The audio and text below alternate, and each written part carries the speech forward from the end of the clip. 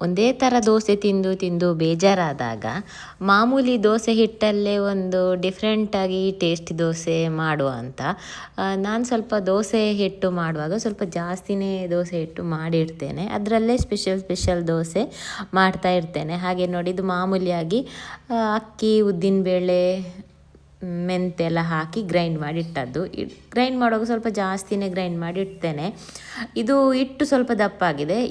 ಫ್ರಿಜ್ಜಲ್ಲಿ ಇಟ್ಟಿದ್ದೆ, ಇಡುವಾಗ ಸ್ವಲ್ಪ ತೆಳುವಾಗಿ ಇತ್ತು. ಸ್ವಲ್ಪ ಅದರ ನೀರಿನ ಅಂಶ ಕಡಿಮೆ ಆಗಿ ಸ್ವಲ್ಪ ಹಿಟ್ಟು ಸ್ವಲ್ಪ ಗಟ್ಟಿಯಾಗಿ ಇರ್ತದೆ ನೋಡಿ. ಈಗ ಇದರಿಂದ ಸ್ವಲ್ಪ ಹಿಟ್ಟು ತೆಗೆದು ಒಂದು ಸ್ಪೆಷಲ್ ದೋಸೆ ಮಾಡ್ತೇನೆ. ಎಷ್ಟು ಬೇಕು ನಮಗೆ ಇವತ್ತಿಗೆ, ಈಗಕ್ಕೆ ಎಷ್ಟು ಬೇಕು ಅಷ್ಟು ಹಿಟ್ಟನ್ನು ತೆಗೆದು, ಇದಕ್ಕೆಂತ ಹಾಕಿರುವುದಿಲ್ಲ ನಾನು, ಬರೇ ಗ್ರೈಂಡ್ ಮಾಡಿ ಇದನ್ನು ಫರ್ಮೆಂಟ್ ಮಾಡಿ ಆನಂತರ ಫ್ರಿಜ್ಜಲ್ಲಿ ಇಟ್ಟು ಬಿಟ್ಟಿಡ್ತೇನೆ. ಬೇಕಾದಾಗ ಸ್ವಲ್ಪನೇ ತೆಗೆದಿದ್ರನ್ನು ಮಾಡಿಕೊಂಡ್ರೆ ಆಯ್ತು. ಈಗ ಇವತ್ತಿಗೆ ಬೇಕಾದಷ್ಟು ಹಿಟ್ಟು ತೆಗೆದು ಇದಕ್ಕೆ ಸ್ವಲ್ಪ ರಾಗಿ ಹಿಟ್ಟು ಇಲ್ಲಿ ಒಂದು ಇಷ್ಟು ಹಾಕ್ತಾ ಇದ್ದೇನೆ, ಒಂದು ಅರ್ಧ ಮುಕ್ಕಾಲು ಕಪ್ ಅಷ್ಟು.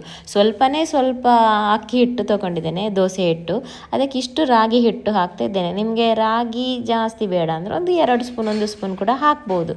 ಹಾಗೇನು ಇದಕ್ಕೆ ನಾನು ಎಂತ ಹಾಕಿರುವುದಿಲ್ಲ ಅಲ್ವಾ, ಹಾಗಾಗಿ ಉಪ್ಪು ಸಕ್ಕರೆ ಎಲ್ಲ ಈಗ ಸೇರಿಸಿದರೆ ಆಯಿತು. ಒಂದು ರುಚಿಗೆ ತಕ್ಕಷ್ಟು ಉಪ್ಪು, ಸ್ವಲ್ಪ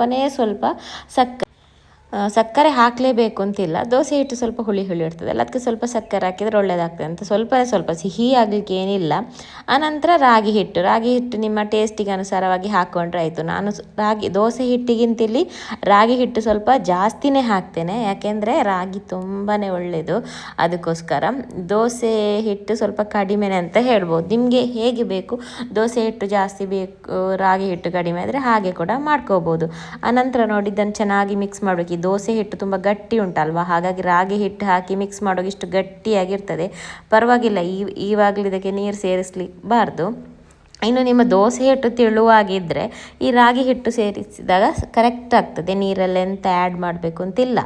ಈಗ ಇದೆಲ್ಲ ಚೆನ್ನಾಗಿ ಮಿಕ್ಸ್ ಆದ ನಂತರ ಇಲ್ಲಿ ನೋಡಿ, ಸೌತೆಕಾಯಿ ಕುಕ್ಕುಂಬರ್ ಉಂಟಲ್ಲ, ಅದನ್ನು ತುರಿದು 1 ಕಪ್ಪಷ್ಟು ಹಾಕ್ತಾ ಇದ್ದೇನೆ. ಇದಕ್ಕೆ ನಾನಿಲ್ಲಿ ನೀರು ಸೇರಿಸಲಿಲ್ಲ, ಯಾಕೆಂದರೆ ಈ ಕುಕ್ಕುಂಬರಲ್ಲಿ ನೀರಿನ ಅಂಶದ ನೀರು ಬಿಡ್ತದೆ, ಅದಕ್ಕೋಸ್ಕರ.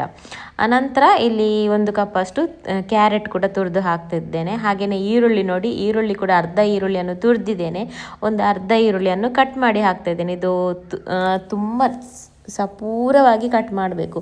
ಈ ದಪ್ಪ ಇದ್ದರೆ ಅಷ್ಟೊಂದು ಒಳ್ಳೆಯದಾಗೋದಿಲ್ಲ, ನಮಗೆ ದೋಸೆ ಎಳಿಲಿಕ್ಕೂ ಕಷ್ಟ ಆಗ್ತದೆ. ಅದಕ್ಕೆ ನಾನು ಅರ್ಧದಷ್ಟು ತುರಿದಿದ್ದೇನೆ. ನೀವು ತುರಿದು ಕೂಡ ಹಾಕ್ಬೋದು, ಕಟ್ ಮಾಡಿ ಕೂಡ ಹಾಕ್ಬೋದು. ಆನಂತರ 1 ಕಪ್ಪಷ್ಟು ಕೊತ್ತಂಬರಿ ಸೊಪ್ಪು ಕೂಡ ಹಾಕ್ತಾ ಇದ್ದೇನೆ. ಇದ್ದರೆ ಸ್ವಲ್ಪ ಕರಿಬೇವು ಕೂಡ ಹಾಕಿ, ಇನ್ನು ಬೇರೆ ಸೊಪ್ಪು ಇದ್ದರೆ ಸಬ್ಬಸಿಗೆ, ಮೆಂತೆ ಎಲೆ ಇದ್ದರೆ ಅದನ್ನು ಕೂಡ ಆ್ಯಡ್ ಮಾಡ್ಬೋದು.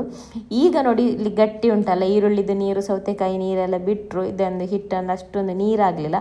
ಅದಕ್ಕೆ ಇಲ್ಲಿ ಸ್ವಲ್ಪ 2 ಸ್ಪೂನಷ್ಟು ನೀರು ಕೂಡ ಸೇರಿಸ್ತಾ ಇದ್ದೇನೆ.